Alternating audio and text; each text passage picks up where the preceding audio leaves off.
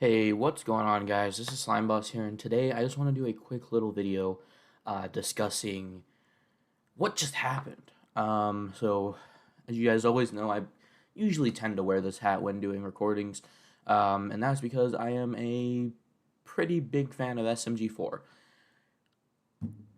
Ironically, though, I didn't really get into him until about 2017, 2018, which is very, very late. This is about the time where a lot of people say he's gotten a lot better and a lot worse. This is like about the time where the arc started to become a thing, which is interesting because it's kind of like the exact opposite of how most SMG or SM64 machinima animators tend to be. So, uh, in context for me about machinimas and Mario 64 machinimas specifically, um, I originally started off with Mario 54321, and that was kind of like my bread and butter when it came to machinimas. I obviously kind of watched other people here and there. I knew about SMG4, but I kind of thought that he was more like children oriented, and he still is. Obviously, it's about memes and stuff, and it's it was a lot more comedy based than most of the other people in the machinima area in the Mario machinima area, and Mario was definitely one of the leaders in that, and I think it kind of went Mario was kind of like the top of it for a long time, and then SMG4 blew up, and he's been pretty much the king this entire time because he's probably one of the only ones that makes active SMG4 machinima content because that type of content is very old style YouTube type content, especially because like how meme oriented it is. It definitely, even his newer stuff screams like old YouTube, and it, and that's fine. There's nothing wrong with that. But a lot of those YouTubers have kind of just disappeared over the last couple. Even Mario, he doesn't really post that much content anymore as much as SMG4 does. And I think SMG4 kind of has to because, well, he doesn't have to obviously, but he blew up a lot more than than Mario did back in the day. But my point where I was going with that was that Mario was definitely a lot more story oriented. If you don't know, like Oram series and the Dark Star and those were the shit when I was a kid. That's the ones that I watched. And I didn't really get into SMG4 because they weren't really story oriented. There was nothing really to watch. And I love like all the custom textures that they did. Like sometimes you can tell like, oh yeah, that's just Hazy Maze Cave just with a weird grid based texture. It was always cool to see. Um, and then just all the stories that he told. Obviously, it was a lot more basic than what SMG4 is now. But Mario's stories were so intriguing as a kid, and they weren't really the memes weren't the memes were still in there, of course, but they weren't as important or kind of meta as they are with SMG4's storylines. And I can never ever go back to Mario's videos just because they're so old and sometimes the comedy. And that's another thing too. Whenever you make videos based around memes, the comedy will always dwindle, thus making the older videos that you make a lot more outdated, and it dates you as a creator as well. And that's one of the main problems with SMG4. But so that's kind of my context with SMG4. But where I started, I kind of watched all of his older videos. I used to watch SMG4 a little bit too, like I said, like just kind of here and there. I was mainly a Mario guy, but I started getting into it when he started getting good. And this is my opinion. A lot of people say he got bad at this point, he got good at this point. I think as a creator, he's gotten a lot better. Like I said about the old YouTube versus new style YouTube, I think he kind of meets a perfect balance of old style YouTube being Mario 64 Machinimas and new style comedy and content. And I think that's great. I think he understands his space. I think he understands the YouTube space in general. And I think that a lot of the stories that he tells, especially not just on SMG4, I mean on Meta Runner and on um, uh, Sunset Paradise, his stories are good. Like he can tell great stories, and the same applies for SMG4.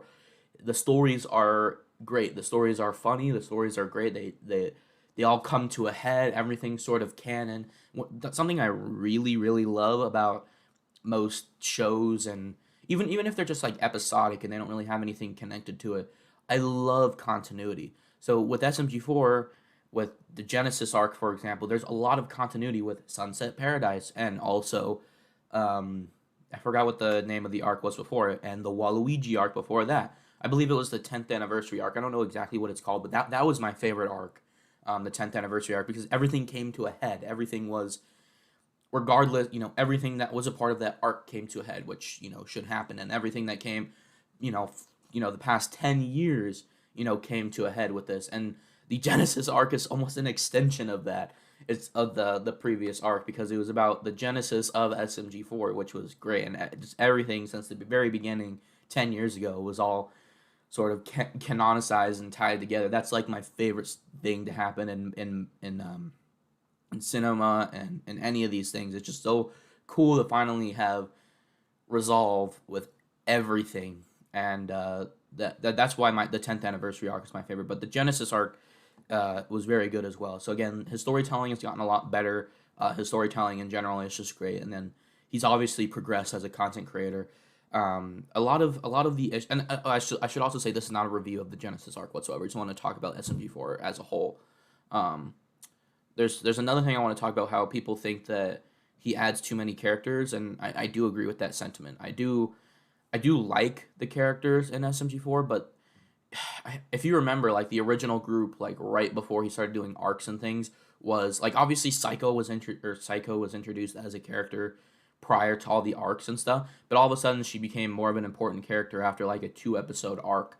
Um, and it was just like the weirdest thing, like why pick this character out of your huge catalog of characters come back. Not to mention, one of my favorite characters in SMG4 is Steve, actually. And he's obviously gotten a lot more character as time went on, especially after Steve was introduced into Smash. But you remember back in the day, he had the whole Super Steve thing, and originally he was part of the main cast, and he's kind of like plucked people and threw people in and out of the main cast. It's so weird how he sort of establishes this main cast. Like all of them are like, I feel like Bob, Fishy Boopkins, SMG4, Mario, Luigi are the ones that are gonna be staying there the whole time, but everyone else just kind of comes in and out and in and out like at will. And one of the characters that I kind of exclude from this is Tari and Bell, because even though they're extra characters, they're just more of like a tie-in from Meta Runner. I think that's a really creative way to sort of market his other series. Um, but yeah, I definitely agree with the people's sentiment that there's too many characters, and but what's good about it is that he actually keeps track of all these characters. He actually, makes them feel important sometimes, and also, um, like certain tropes that he introduced with these characters are still a part of those characters, except for Steve. Whatever happened to Super Steve? Um, but in general, he usually keeps pretty good track of his character. Like especially even like one-off characters that never ever return again, or only return for like a meme. They come back with whatever sort of mini story he created with them. Let's say like the old man, which is a very popular character, um, did something in one episode. 20 episodes down the line, maybe that same old man is doing something that's related to what his first appearance 20 episodes ago, and it's super funny and super creative. And it just sucks. It just hard for as viewers that there's so many characters to keep track of, and that's sort of like the downside, especially because of for example, again, Steve. He was very important for the longest time, and then all of a sudden he just dropped off. He's still a character. He's still there, but he sort of been shunned to secondary. Um, Another thing I love about characters, that even characters that haven't seen the light of day in a long time, SMG3 has always been a staple character. Now he has a little bit more important role in the SMG4 lore, and even though he's always been the bad guy to SMG4, or the foil to SMG4, SMG3 has I don't. He's always kind of been there, but he also never really had that important of a character until the last few arcs. And his inclusion, even if he's not important to some of the arcs, his inclusion is just great always. Um, but yeah, all in all, SMG4, about most people's criticisms with him, I think he's gotten a lot better as a content creator. His storytelling is always great, but again, too many characters. I will attest to that, which kind of ties into what I was going to be talking about with the Genesis arc. So the Genesis arc is sort of like an expansion to last year's arc, which I don't remember exactly what it was called, but it was sort of celebrating his 10th anniversary, and so he kind of went back and celebrated all of his videos with some sort of arc versus SMG4 or SMG3, my bad. And he introduced two new characters named SMG1 and SMG2, which sort of tied into this one. So it was like you're like, oh, let's celebrate 10 years, but where exactly did SMG3 come from?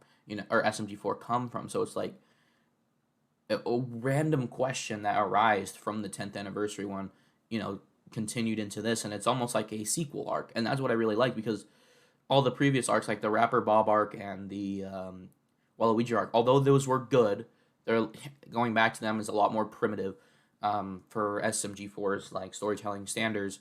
Um, Going back to them is kind of weird, but they're very disjointed and they're just sort of in their own bubble. You can always come back and make references to them, but they're just kind of standalone. And it's almost like a new season of like your favorite TV show. It's like you have like Naruto or something, where you have to beat this big bad. Or actually, I think a great example would be Dragon Ball.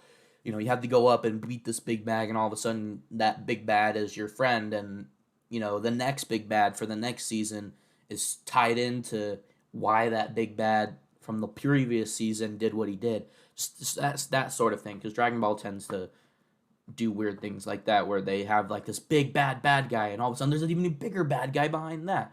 This isn't exactly a good example, but everything sort of it's progressive. It's like the next thing. It's the next step that sort of ties into the original one. I like that too. Um, about the characters, big spoiler warning from here on out. Axel unfortunately dies, and he's one of my actually favorite new characters of the SMG4 lore. He's definitely like 100% my favorite. It was the anime arc. I'm sorry, it was the anime. Oh wait, no, that was the arc before. Never mind. Whatever. But Axel was introduced as this crazy like anime guy that people look up to, and he just sort of like at first I was like, oh, this is a cool new character that they introduced for this one little thing, and he ended up becoming part of the main cast, which was very interesting. And as time went on, I just feel like Axel is one of the worst written characters and also the best written characters, because at first he's like this idolized thing, and then now he's part of the main cast randomly, and then now he has a love interest in Melanie, which he sort of forced onto. But all in all, like even at the end of it, we kind of understand that Axel was just a great character in general. But just like randomly a watermelon gets a mask and turns into a person, and all of a sudden Axel has to simp over her. Not to mention that he's been through a lot of shit, especially during the dark web stuff. That was, or not the dark, was it the dark web or the anime graveyard, the meme graveyard, that whole thing. Like he had a complete model change. I thought he was gonna sort of what was kind of seeming to happen was that Melanie was kind of gonna be his ticket out of his kind of trauma from the meme graveyard, and how they had to put the Ink Weaver back together. It didn't really amount to anything. It only amounted to Melanie and Axel sort of gaining a relationship through that, and even though there was none at the beginning because it was just a melon, and then in the end it ultimately led to his untimely demise, which I feel like there has to be more with that, because SMG4 deaths seem to be permanent. SMG4 characters tend to have okay, so this comes with a brand new problem, that he just seems to throw death like it's candy. Obviously, when a villain dies, that's okay, but like you already hit your fans hard with Dusty, and Dusty wasn't even that important of a character, Dusty, and when you do it again with an actual important character, it seems like death means nothing in this universe, especially because characters just die all the time and come back in the next episode because it's a comedic like series. So it's his death just seems super demeaning in that way, and also at the same time it also could mean, oh, maybe there's more surrounding it, but at the same time I know for a fact there's not. This is the end of Axel, and it just seems like it was untimely, because Dusty, yeah, that's okay, and it allows Maggie to grow a lot more as a character, but with Axel, it allows Melanie to grow as a lot more as a character. But I don't really care that much about Melanie because she was just barely introduced for this arc solely. It seems like, and obviously, Axel had a lot of character growth, and seems like Melanie was supposed to be an attachment to him, but then he just died, and then his arc was over. His sort of character development was just gone. And I hope I make a little bit of sense here, but his death just seems meaningless to me, even though it was the character that was a little bit more important than the previous death. Um, so having a lot of characters, especially with Axel, kind of is it makes deaths feel weird, and the fact that he has to have a death in every arc is just it's just weird to me. Like, why do you have to have some sort of trauma be with, like, that's why I really love the almost post-apocalyptic Axel, because it has some sort of trauma in there, and he just has to build up as a character instead of just someone dying. That seems like the most basic way to go, especially because he's already done that. Like, how can you end two of your biggest arcs with a death? It just seems wrong to me, unless there's a lot more to this, which I highly doubt. And I might just be looking too much into it. Again, I basically want to make this video to sort of, because a lot of people were talking about SMG4 last year about how there's too many characters, it's for kids, and I really just want to make this video to say he's gotten a lot better as a content creator, that's for sure. This arc was very, very good. Obviously, it's not my favorite arc, but it was a great arc nonetheless, and it was it was a lot bigger of an arc in terms of scale and history, but I feel like the 10th anniversary arc was definitely my favorite. And I just also want to kind of die down those things about too many characters, which is true. And the fact that he had to end with another death is another problem that I had with this arc. But I enjoyed my time with it, and I feel like and I kind of want to just talk about it too because it was on my mind because I just watched it too. So, anyways, thank you for letting me ramble for a couple minutes here. I'm gonna end it now. So thank you so much for watching, and goodbye.